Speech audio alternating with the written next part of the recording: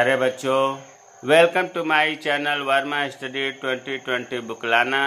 मैं UP board के class 12th के छात्र छात्राओं के लिए ज्योग्राफी सब्जेक्ट को हिंदी माध्यम से मैं फुल कोर्स कराऊंगा। यदि आप फुल कोर्स करना चाहते हैं तो मेरे चैनल को सब्सक्राइब कीजिए और बेल आइकन को प्रेस करना न भूलें, ताकि जो भी वीडियो मैं अपलोड करूं उसका नोटिफिकेशन आपको सबसे पहले मिल सके।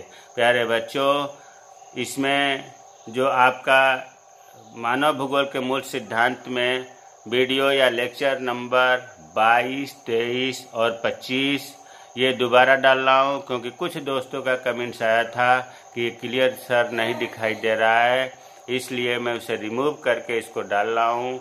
ज़्यादा परेशान मत होइएगा, मैटर वही है, कम से कम आपको लिखा हुआ दिखाई तो देना चाहिए। जैसे ही 22, 23, 25 वीडियो आज हम डाल देंगे तो फिर जैसे क्रमश 67 के बाद 68 का नंबर है भारत लोग और अर्थव्यवस्था में, फिर उसी तरह से कंटिन्यूटी चलता रहेगा।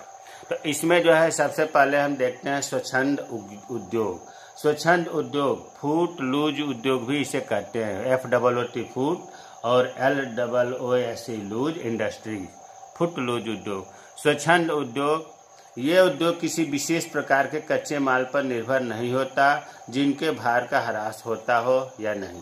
यह उद्योग अधिकतर संगठक पुर्जों पर निर्भर रहता है जिन्हें कहीं से भी प्राप्त किया जा सकता है।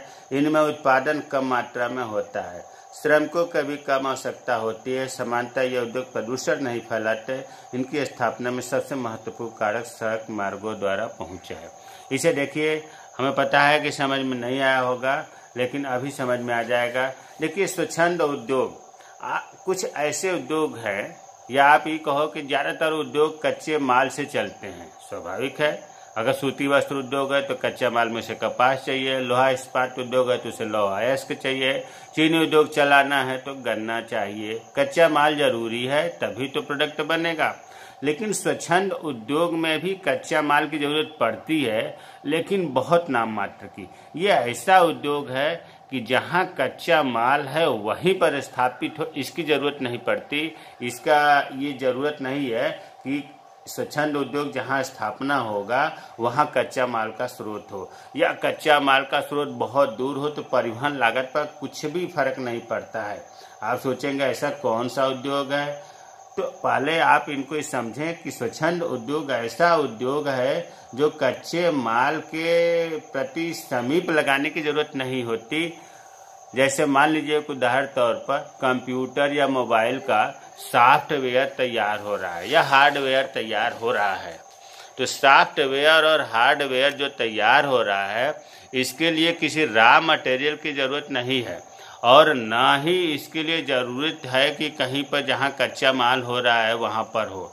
और ये सॉफ्टवेयर या हार्डवेयर मोबाइल का, कंप्यूटर का जहाँ तैयार हो रहा है, विशेष तौर से सॉफ्टवेयर की बात कर रहा हूँ, यहाँ पर श्रमिकों की बहुत ज़्यादा ज़रूरत नहीं पड़ती, पर्यावरण प्रदूषण नहीं होता है, बहुत लंबे चौड़े बिल्डिंग की ज़रूरत नहीं पड़ती है, और ना ही कच्चे माल की ज़रूरत पड़ती है। ये तो संगठक पुर्जों पर आप देख रहे हैं, जो छोटे छोटे पार्ट हैं उन्हीं से ये काम होगा सॉफ्टवेयर हार्डवेयर का।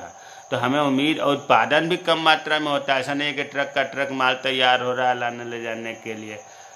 तो अब आप समझ गए होंगे कि स्वच्छंद उद्योग क्या है। स्वच्छंद उद्योग वे उद्योग है जो कच्चे माल के समीप लगाने की ज़रूरत नहीं होती है। यह ज़्यादातर संगठक पुर्जों पर निर्भर रहते हैं जो कहीं से भी प्राप्त किया जा सकता है। इनका उत्पादन भी कम मात्रा में होता है, श्रमिकों की कम आवश्यकता होती है। ये उद्योग प्रदूषण नहीं फैलाते हैं। हाँ, इतना ज़रूरी है कि ये सड़क मार्गों के द्वारा इनकी स्थापना जहाँ हो रही है वो जुड़ा होना चाहिए। तो उम्मीद है कि समझ में आ गया होगा। अब है उच्च प्रौद्योगिकी उद्योग। देखिए, हाई टेक्नोलॉजी इंडस्ट्री जिसकी अंग्रेजी होगी, आज के ज़माने में अब उच्च प्रौद्योगिकी उद्योग का ही बढ़ावा मिल रहा है।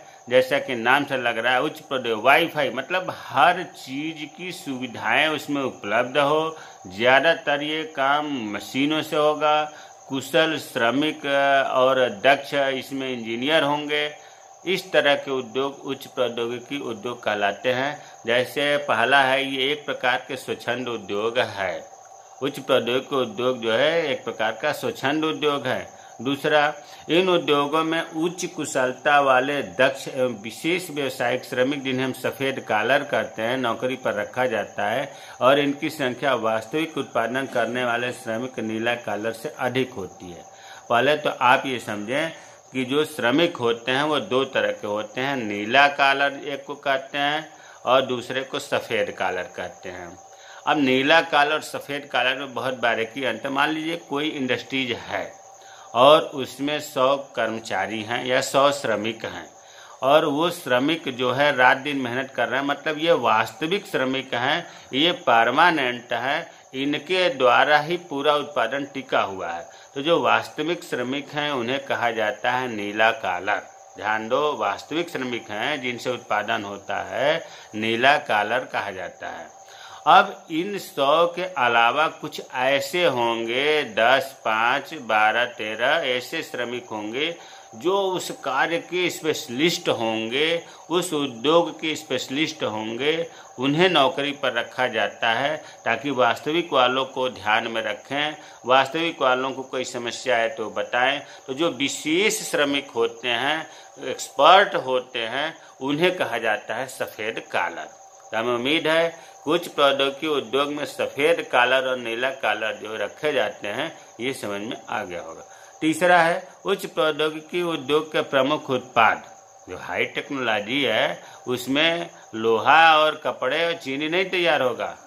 क्या तैयार होगा? रोबोट तैयार होगा, कंप्यूटर होगा, कंप्यूटर आधारित डिजाइन होगा, धातु पिघलाने और शोधन करने के इलेक्ट्रॉनिक उपकरण होंगे, दवाइयाँ होंगी उच्च प्रौद्योगिकी उद्योग में।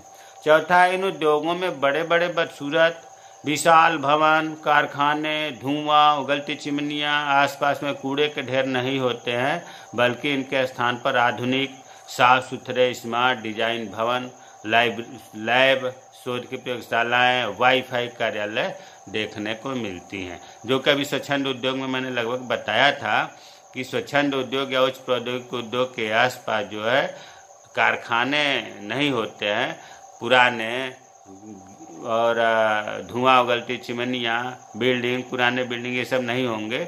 जो होंगे वो स्मार्ट होंगे, आधुनिक डिजाइन से, वाईफाई से लेस होंगे। तो उच्च प्रौद्योगिकी उद्योग की विशेषता है।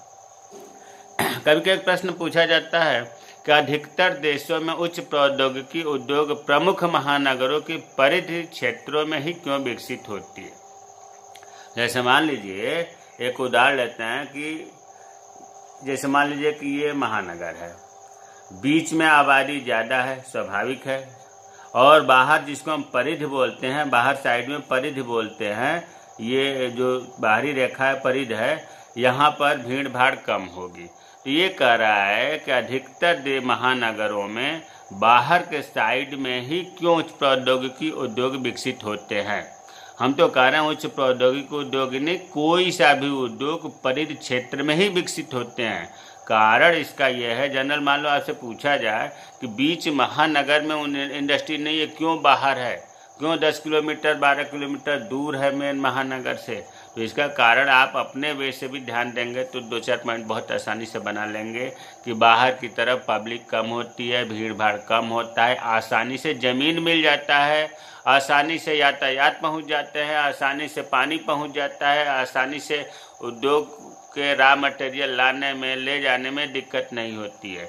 दूसरा महत्वपूर्ण यह है कि पर्यावरण प्रदूषण बीच में होगा तो ज़्यादा लोग प्रभावित होंगे, बाहर है तो जनता वहाँ के प्रभावित कम होगी। तो वही चीज़ है इसमें भी। पहला है महानगरों के मध्यवर्ती क्षेत्रों की तुलना में परिधि क्षेत्रों में भूमि सस्ती और पर्याप्त मात्रा में उपलब्ध होती है। अभी मैंने बताया यह क्षेत्र मानवीय आवास से दूर होता है, इस कारण मानवीय औद्योगिक प्रदूषण से अधिक प्रभावित नहीं होते। और महानगरों के परिधि भागों में सड़क मार्गों एवं रेलों का सघन जाल बिछा होता है, यातायात बाधित नहीं होता। भाई आने जाने के लिए सड़क और रेलवे लाइन की जो थे परिधि भागों में अगर बनाया जाएगा तो जाम नहीं लगेगा, अंदर जो है यातायात बाधित होने लगता है। उत्पाद की खपत के लिए बाजार महानगरों के समीप ही उपलब्ध। जो प्रोडक्ट तैयार हो रहा है महानगर नज़दीक पड़ता है, उनकी आसानी से जो है खपत भी हो जाती है। और इस भाग में खुला क्षेत्र अधिक होने के कारण पर्यावरण साफ स्वच्छ रहता है। अब एक प्रश्न है, यही लगभग मिलता जुलता। अफ्रीका में अपरिमित मतलब बहुत बड़े पैमाने पर प्राकृतिक संसाधन उपलब्ध है, फिर भी औद्योगिक दृष्टि से यह बहुत पिछड़ा महाद्वीप क्यों है?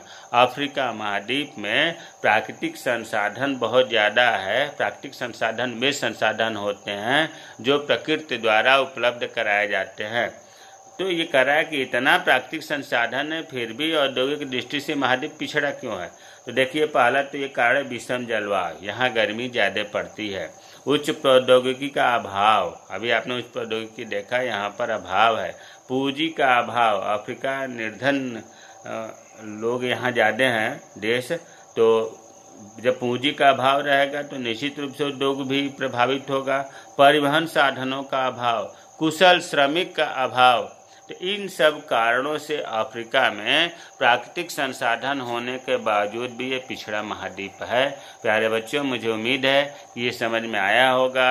जय हिंद, जय भारत।